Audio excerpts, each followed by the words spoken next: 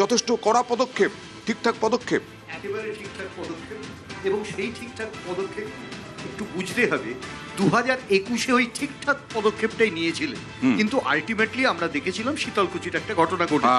আমরা দেখেছিলাম সেই নির্বাচনকে এক ভয়াবহতার একটা রূপ দেওয়ার জন্য সেই মুহূর্তে দাঁড়িয়ে দুটো দলই, আমি একজনের কথা বলবো না, এবং আমি বিশেষভাবে বলি তৎকালীন সভাপতি বা অন্যান্য নেতাদের কি মন্তব্য ছিল কাউকে বুক লক্ষ্য করে গুলি করা বা ইত্যাদিতে। এখন প্রশ্নটা হচ্ছে কুলসিত একটা অবস্থা। আজকে আমরা যেখানে দাঁড়িয়ে আছি একেবারে সঠিক।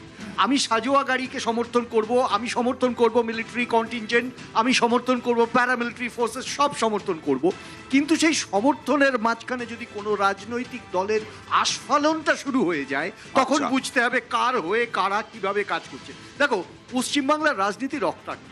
বিজেপির কর্মী খুন হয়েছে, প্রথম কর্মীটা খুন হয়েছে। আমি তোমাকে বলি বিশেষভাবে আমার মনে হয় সব থেকে ইদানিং সব থেকে বড় ঐতিহাসিক ঘটনাটি ঘটেছে রক্তাক্ত বাংলা, সেটা পঞ্চায়েত নির্বাচন 2023-এ। সেখানে 60 জন কর্মী খুন হয়ে যান।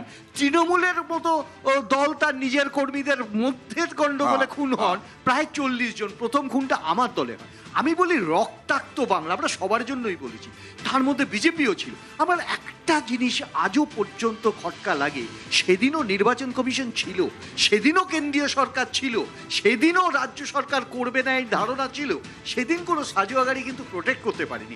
বলার সাজোয়া গাড়ি আপনারা ভরসা রাখতে পারছেন না, এখনো ভরসা রাখতে পারছেন না। এবার নজিরবিহীন আরো একটা দেবাশিস বাবু, দল কেউ কাউকে কিনে নেয় না, অ্যালায়েন্স প্রত্যেকটা দলের আইডেন্টিটি বজায় রেখে কমন মিনিমাম প্রোগ্রামে যায়।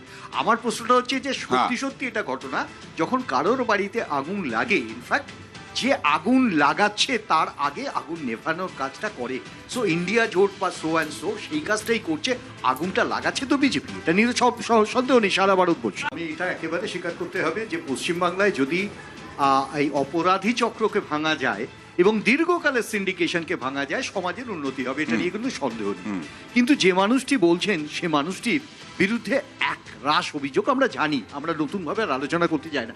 উনি ইলেক্টেড স্বরাষ্ট্রমন্ত্রী বলুন, কিন্তু এটা স্বরাষ্ট্রমন্ত্রীর ভাষা হতে পারে না অন্তত বাই স্ট্যান্ডার্ড পেনাল কোড যে উল্টো করে ঝুলিয়ে কি হয় এইসব 26-এর জন্য। ইন্টারেস্টিং ফ্যাক্ট হচ্ছে অয়ন, একটা ঘটনা হচ্ছে ঘটনা, সপ্তর্ষি বাবু যেটা বললেন সেটা হচ্ছে ঘটনা। এর পরিপ্রেক্ষিতে দাঁড়িয়ে দুটো দল কিন্তু একটি জায়গাতে একটাই ওপিনিয়ন।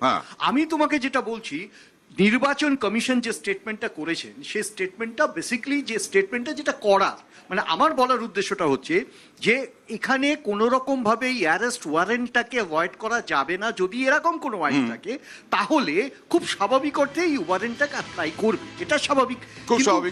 কিন্তু মজার ব্যাপারটা হচ্ছে ন্যারেশনটা 2019 সাল থেকে 2026 এটা বিশ্বাসযোগ্য কিনা, এটা প্রথম প্রশ্ন। কিন্তু দ্বিতীয় প্রশ্নটা আরো কঠিন, সেটা হলো যে এই নির্বাচনের সামনে যখন নির্বাচনকে রাজনৈতিক নেতা, রাজনৈতিক নেতৃত্ব, পুলিশ ফোর্স, আমরা সব দেখছি, চোখের সামনে মানুষ কিন্তু দেখছে প্রতিদিন কি কি ন্যারেটিভ তৈরি হচ্ছে, আমি ওই প্রসঙ্গে যাচ্ছি না। এবার তার সাথে যোগ হয়ে গেল আরেকটি নন পলিটিক্যাল ক্যারেক্টার, আমি যেমন বলছি ওই রাজনৈতিক অলিন্দে, তার পরবর্তী সময় আজকে কৌশিক যেমন বলছেন যে এটা একটা চক্রান্ত, উল্টো দিকে দাঁড়িয়ে কিন্তু শঙ্কু একই কথা বলছে, এটা একটা চক্রান্ত। আমার মজার ব্যাপারটা হচ্ছে যে এই রাজনৈতিক ন্যারেশনের মধ্যে নির্বাচনের আগে নিয়ে আসা হচ্ছে নন পলিটিক্যাল ক্যারেক্টার্স গুলোকে, এই যে নিয়ে আসা